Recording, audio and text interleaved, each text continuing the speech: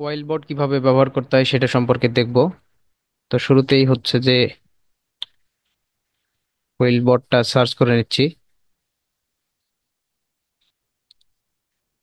তো কোয়েল board open করলেই হচ্ছে আমাদের সামনে কিছু অপশনস আসে, যেগুলা থেকে আমরা অনায়াসে বুঝতে পারবো যে আসলে কোন কোন কাজটা আমরা করতে চাই। আমরা চাইলে প্যারাফ্রেজ করতে পারি, কোনো একটা টেক্সট দিয়ে এখান থেকে আমরা প্যারাফ্রেজ করতে পারি যে লেখাটা হুবহু সেরকমই থাকবে কিন্তু অন্য ভাষায় আর কি রূপান্তরিত হবে, একটু অন্য ল্যাঙ্গুয়েজে রূপান্তরিত হবে। অন্য ল্যাঙ্গুয়েজ বলতে ডিফারেন্ট কোনো ল্যাঙ্গুয়েজ না, যে ল্যাঙ্গুয়েজ আছে সেটারই হচ্ছে অন্য ভাবে আর কি প্রকাশ করা। সেটার কাজটা করতে পারি। গ্রামার চেক করতে পারি এআই ডিটেক্টর দিয়ে, এআই রিটেন কোনো লেখাকে চেক করতে পারি। প্লেজারিজম চেকার দিয়ে প্লেজারাইজড কিনা সেটা চেক করতে পারি। ট্রান্সলেশন সামারাইজার, ওভারঅল হচ্ছে যে আহ, যে কাজগুলো এখানে দেখাচ্ছে সেই কাজগুলো আমাদের পক্ষে করা সম্ভব। সাপোজ হচ্ছে আমরা কোনো টেক্সট হচ্ছে প্লেজারাইজড কিনা সেটা দেখতে চাই, তাহলে এখানে চলে যেতে হবে। এখানে গেলেই হচ্ছে সব সব অপশনস গুলো এখানে শো করবে। তবে এটার যদি আমরা প্রিমিয়াম নেই তাহলে এটা আরো ভালো কাজ করে। তো আপগ্রেড করতে বলতেছে। তো আমাদের পক্ষে এই মুহূর্তে আপগ্রেড করা সম্ভব হচ্ছে না, আপগ্রেড করা সম্ভব হচ্ছে না, আমরা একটু ফ্রিতেই দেখার চেষ্টা করি। তো এখানে আমি একটা টেক্সট দিয়ে চেষ্টা করব হচ্ছে এটাকে প্যারাফ্রেজ করার।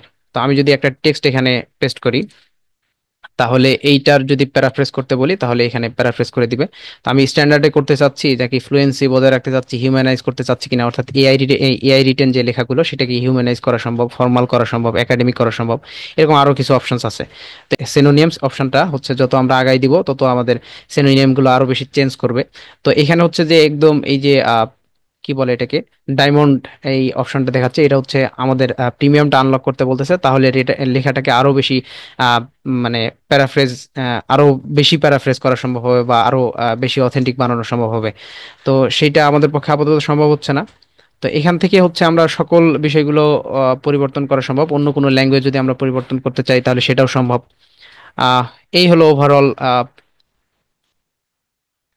ওভারঅল এই টুলসটার ব্যবহার। আমরা যদি এই লেখাটাকে, যদি আমরা এইগুলা চাইলে হ্যান্ড রিটেন ভাবে মানে নিজে হাতে এটা চেঞ্জ করতে পারি। যেমন আমি এখানে রিসার্চটাকে হচ্ছে ইনভেস্টিগেশন দিচ্ছি, এভাবে কিছু চেঞ্জ করতে পারি। দেন এখানে কপি বা ডাউনলোডের মাধ্যমে কপি করে আমরা টেক্সটটাকে অন্য কোথাও হচ্ছে শিফট করতে পারি। এইটাই হচ্ছে ওভারঅল ওয়েলবোটের ব্যবহার।